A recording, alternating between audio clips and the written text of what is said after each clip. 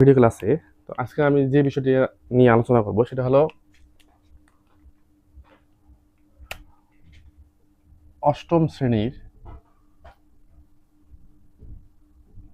বিজ্ঞান বইয়ের গুরুত্বপূর্ণ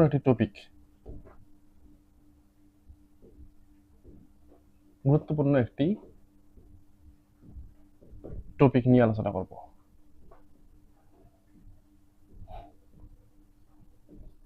সেটা হলো ভর ও হলো ওজন, এই দুটো বিষয় নিয়ে আমি আলোচনা করব। ঠিক আছে, তো প্রথম আমরা যে জিনিসটা জানবো সেটা হলো ভর কি।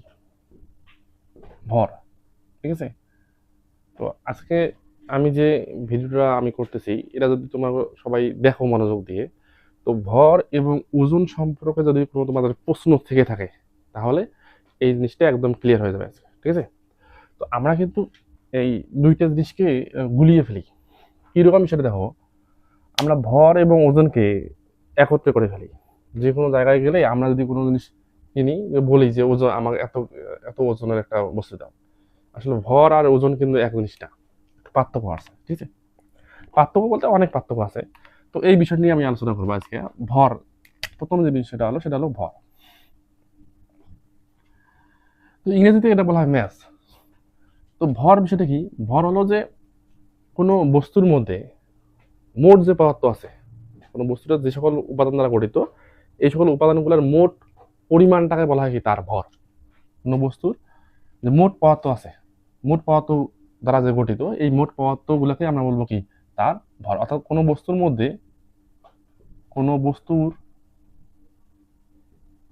মোট পদার্থের পরিমাণকে আমরা কি বলবো? ভর বলবো। কি বলবো? ভর বলবো। ঠিক আছে, তাহলে কোনো বস্তুর মধ্যে মোট যে পদার্থের পরিমাণটা আছে এটাকে বলবো আমরা কি ভর। তো আমরা নর্মালি ভরকে যেভাবে মাপি সেটা হলো যে আমরা আন্তর্জাতিকভাবে আর কি, আন্তর্জাতিকভাবে আমরা ভরকে আমরা কিলোগ্রাম হিসেবে হিসেব করি, কেজি, কিলোগ্রাম।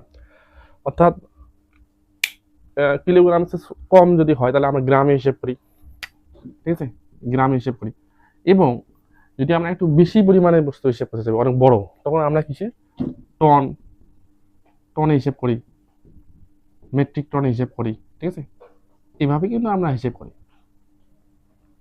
ঠিক আছে, তাহলে আমরা যদি কোনো বস্তুর ভর নর্মালি আমরা আন্তর্জাতিকভাবে ভর হিসেব করি, তাহলে আমরা কি একক হিসেব ইউজ করবো? আমরা কেজি হিসেবে বস্তুটার ভর মাপবো। ঠিক আছে, তাহলে ভর হলো কোনো বস্তুর মধ্যে মোট পদার্থের পরিমাণটাকে বলবো আমরা কি ভর। ঠিক আছে, ওকে। এখন আমরা যে জিনিসটা জানবো সেটা হলো,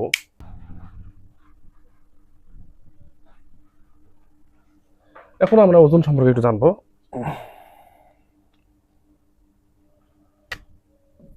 ঠিক আছে, ওজন বিষয়টা একটু আলাদা।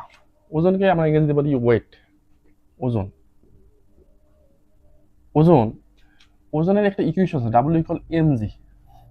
ঠিক আছে, কোনো বস্তুকে পৃথিবী যে বল দ্বারা তার কেন্দ্রের দিকে আকর্ষণ করে সেটাকে বলা হয় ওই বস্তুটার ওজন।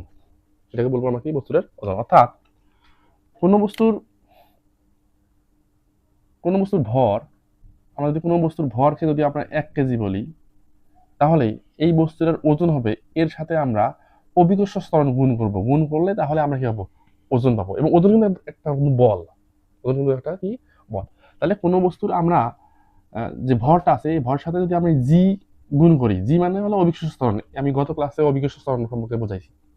তাহলে আমরা কোনো বস্তুর যদি ওজন নির্ণয় করতে চাই তাহলে তার ভরের সাথে আমরা কি গুণ করবো? তার অভিকর্ষ ত্বরণ আমরা যদি গুণ করি তাহলে আমরা কি পাবো? তার ওজন পাবো। যেমন মনে করো কোনো একটা বস্তুর ভর যদি 1 কেজি হয়, তাহলে 1 কেজির সাথে 9.8 গুণ করলে তার কি হবে? ওজন হবে। তাহলে 9.88 নিউটন, এটা হলো কি ওই বস্তুটার ওজন।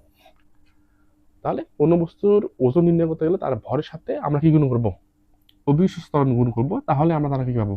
ওজন পেয়ে যাবো। তাহলে ওজনের ডেফিনিশনটা কি? ওজনের ডেফিনিশনটা হলো যে কোনো বস্তুকে পৃথিবী যে বল দ্বারা কেন্দ্রের দিকে আকর্ষণ করে সেটাকে বলবো আমরা কি ওজন। ঠিক আছে, ভর,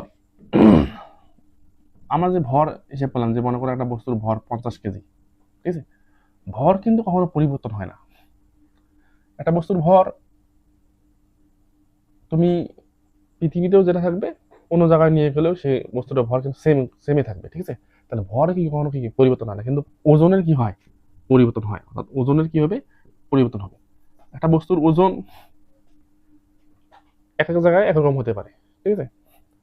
তাহলে ওজন আর ভরের বেসিক কনসেপ্টটা হলো যে ওজন, কোনো বস্তুকে পৃথিবী যে বল দ্বারা কেন্দ্রে দিয়ে অ্যাকশন করে সেটা হলো ওজন। ওজন বের করতে গেলে আমাদের বস্তুর ভরের সাথে 9.8 অর্থাৎ অবিংশ স্তরণ আমরা গুণ করলে আমরা কি পাবো? ওজন পাবো। আর ভর মোট পদার্থের পরিমাণ, বস্তুত উপস্থিত মোট পদার্থের পরিমাণটাকে বলবো কি আমরা? আর ভর, ঠিক আছে? ভরের কোনো পরিবর্তন নেই, ভর যেটাতে সেটা থাকবে, কিন্তু ওজনে কি হবে? স্থান ভেদে পরিবর্তন হবে, ঠিক আছে? তো এই হলো আমাদের